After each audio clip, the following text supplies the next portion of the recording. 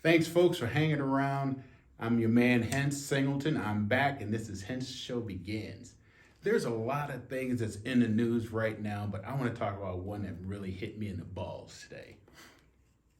It's by our favorite person, Mr. Ron Coyote DeSantis. This guy right here looked like he's about to give himself his own proctologist exam. Look at the look on his face, like, oh yeah, it's time to get on up in there. That's what he's trying to do to migrants. It is not fair what he's trying to do to these people. And the word that I'm trying to express is people. These people are fleeing persecution from their country. Drug dealers, gangs, you name it. They're trying to find a better life, like most of you did when you left your country. If you think it's not fair for them being here and for them getting better treatment or some kind of help or something to help them get away from the shit that they're going through, ask your grandfather, your great grandfather. Where were they born? If they don't say here, you motherfuckers are just as guilty as they are for coming over the border, getting over here. Look at this guy.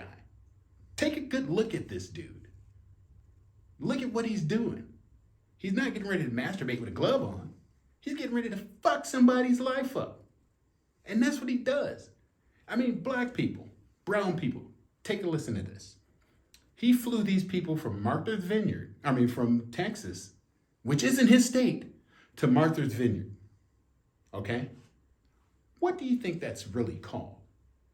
Kidnapping. Human trafficking. They just gave human traffickers the biggest out on the planet. Because if they get busted for selling people, to different countries for slavery and whatever they're doing, it's the same thing this man just did. It's the same thing that happened to us, black folks, back in the day when they abolished slavery, when we were fighting for equal rights. What did they do? They loaded all those niggas up, put them on a bus, and sent them up north. With no friends, no family, no nothing. Just sent them there with zero, nothing. But as a strong people, we overcame. We overcame that bullshit because they didn't think that we could educate ourselves. Yeah, we taught ourselves to read, write, do math. Then the second thing we did, we went and found our loved ones and brought them back to us. That's what we did. We made the family bond extremely strong because back in the 60s and early 70s, there was always a father in the house. Always. But once all that welfare shit came up and all this women's lib shit came up, boom, it was time to go. A man couldn't be in the house. A man had to try to provide for his family. And that's what we do, provide. Black, white, brown, yellow, indifferent.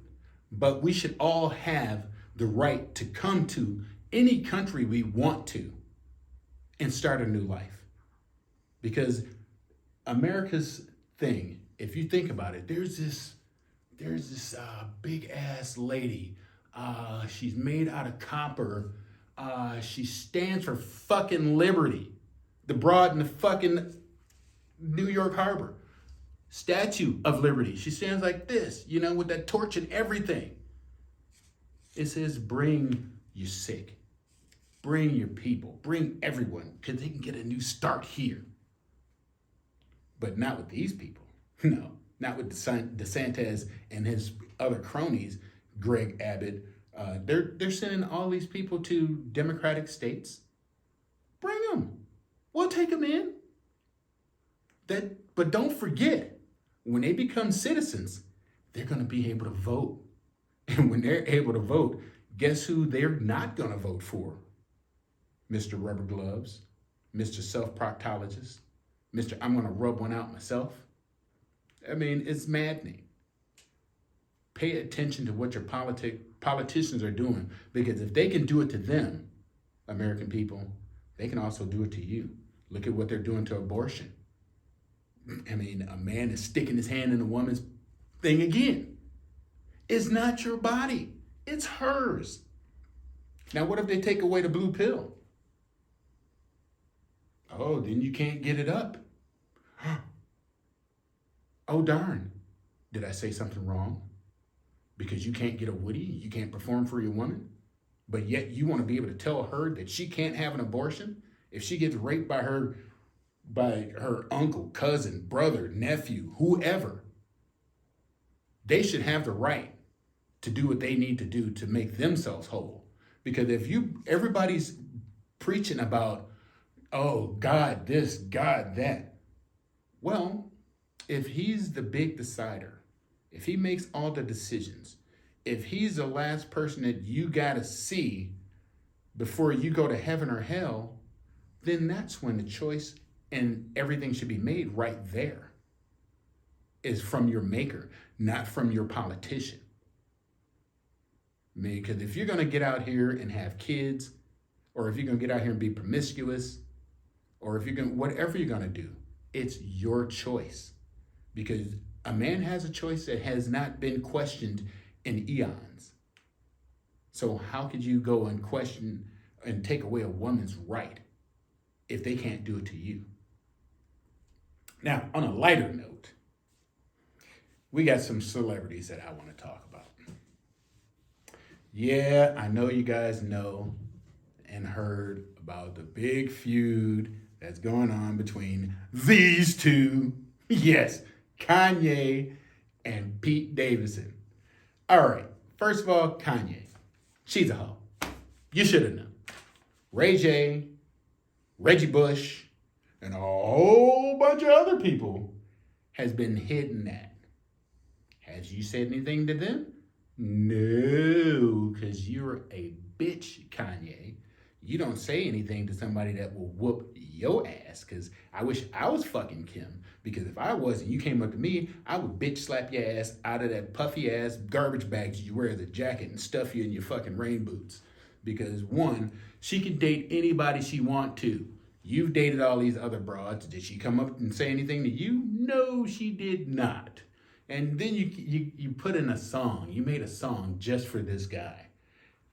I think maybe you wanted to get with Pete, because everything that Pete did or said or acted upon, you were right there. And Pete, I'm a comedian. You're a comedian. You're a bigger comedian than I am. Hopefully one day I'll be there, but if not, so what? You could have took this and blew up with it. Yes, you could have. Because one, if he would have called me Skeet, I'd have been like, Skeet, Skeet, Skeet, Skeet, Skeet, all over your girl, because that's what I'm doing in our world. But no, you got rid of your Instagram account because of Kanye West bully. You know how you get rid of bullies? There's a thing called unfollow, delete. You don't have to answer anything from him. So what? Let him talk. As long as he don't put his hands on you. Oh, I'm going to beat Skeet's ass. I'm going to beat Pete's ass. I'm like, why you beat my ass? I'm Skeet, Skeet, Skeet, Skeeting all over your girl. And other celebrity news. Will Smith is whining about his slap and that he's losing money. He could be like these two clowns right here. Because, see, this is what could be called an entanglement, because he's banging his ex-wife. So what? The only reason that we care about it is because they keep sticking it in our goddamn faces every day. Other than that, if they're regular people, who cares? Nobody gave a damn. That's just like if I was banging Brenda from down the block, and then Brenda's boyfriend found out. And then him and I got into a fight. Only thing we get out of that is a domestic violence charge or assault and battery. This dude did the cowardliest thing ever and got rid of his Instagram account. Are you serious? There is no way I would get rid of any of my stuff because of this dude having a hard time because his girl is with me. Now, for those of you that are listening to this, if you have any questions, any comments, or if you think I'm saying anything wrong, please email me or write in. You can come on my show or I can talk to you and we can discuss these things because there's a lot more that I want to talk about in the coming days. So pay attention, stay tuned. It's going to get a lot better and we're going to have a lot more fun because I'm not going to let it go. Like a dog with a bone or Pete with Kim Kardashian, I'm on it. All right, folks, until next time, take it light like a woodpecker with a headache. My favorite person, Tony Sparks, always says those things. And we will see you soon. Yep, that's cool.